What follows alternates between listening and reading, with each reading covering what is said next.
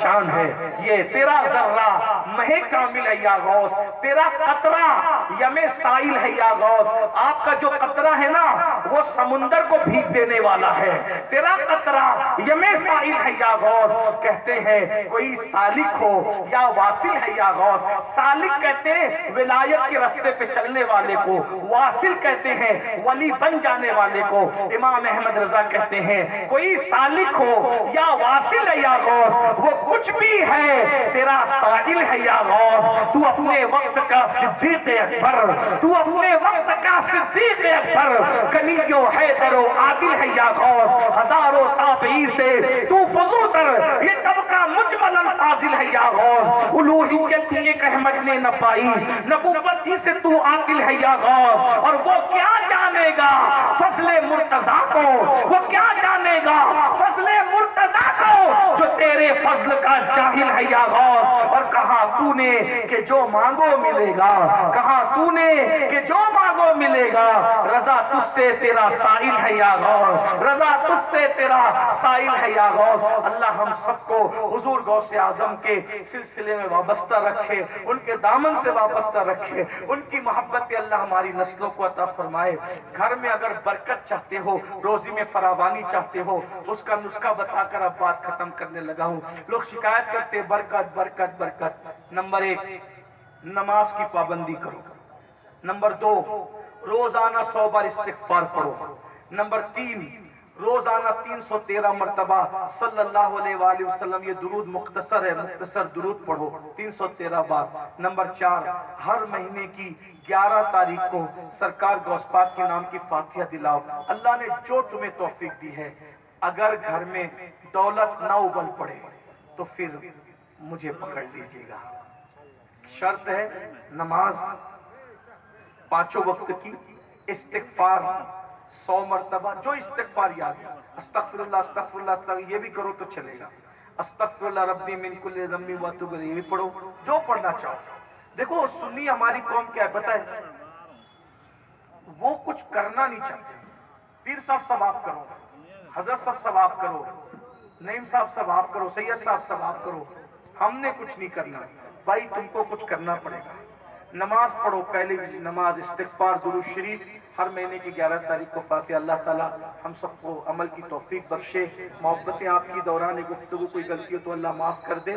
استغفر اللہ ربی من کل ذنب واتوب الیہ۔ جو میرا ٹائم تھا اس سے 15 منٹ اب زیادہ ہوا ہے، مجھے نکلنے کی اجازت دیں۔ کوئی ملاقات نہیں کریں، مجھے ملنے کا آپ لوگوں سے بڑا شوق، لیکن کیا کریں اب ٹائم میں مجبوری ہے، تو آپ لوگ بد نظمی پیدا نہیں کریں۔ محفل ابھی کوئی مت اٹھیے، رہنے دیجئے، سب بیٹھے رہیے۔ میری بات پہ عمل کرتے ہو؟ کتنے لوگ کرتے ہیں بات پہ عمل؟ ہاتھ اٹھائیں۔ اب کوئی اٹھ کے کھڑا تو نہیں ہوگا، سب بیٹھے ہیں۔ اور ادھر جو گیٹ پہ کھڑے ہیں تھوڑا راستہ بنا۔ السلام علیکم۔